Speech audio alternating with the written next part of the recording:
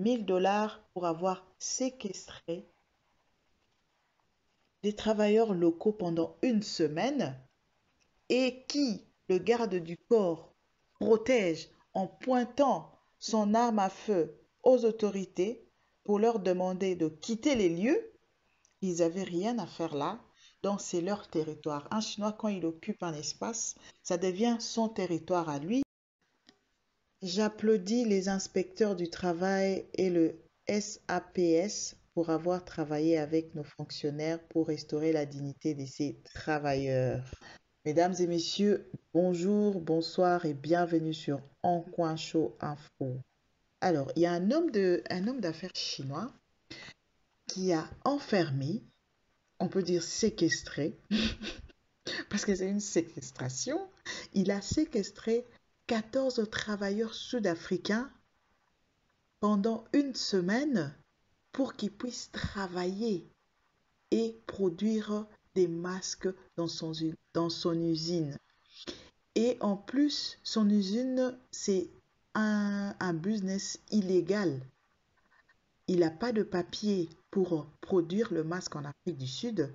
Alors, après plusieurs plaintes des consommateurs et la hausse de prix, la police a décidé d'envoyer des inspecteurs pour qu'ils aillent enquêter sur les plaintes.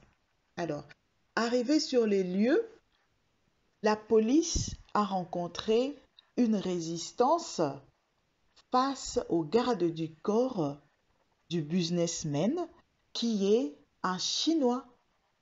Et dans le journal, on dit que le garde du corps a pointé un fusil automatique sur des responsables gouvernementaux et les a demandé de quitter les lieux.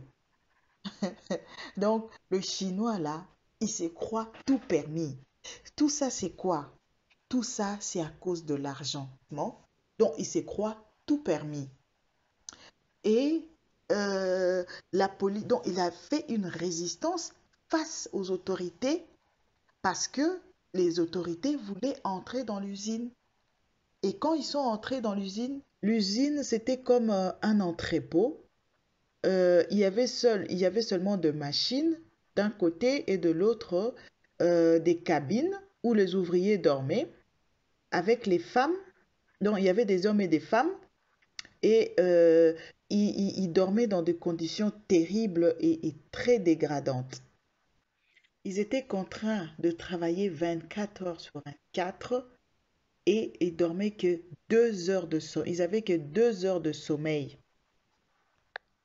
Maintenant, la police devrait enquêter pour savoir si euh, le garde du corps chinois avait le droit de porter une arme. Moi, je crois que c'est même pas la peine. Et arrivé au tribunal, l'homme d'affaires a écopé seulement de 20 000 rands comme amende.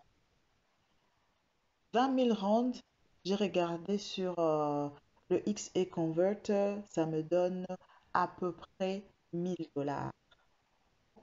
C'est inacceptable. C'est inacceptable, mais nous, aujourd'hui, je ne pense pas qu'en Afrique du Sud, il manque de moyens pour acheter des machines pour fabriquer des masques. Il manque pas de moyens. Pourquoi ces gens-là se laissent surexploiter? En fait, c'est le même problème qu'on retrouve partout en Afrique. On est surexploité chez nous pour travailler.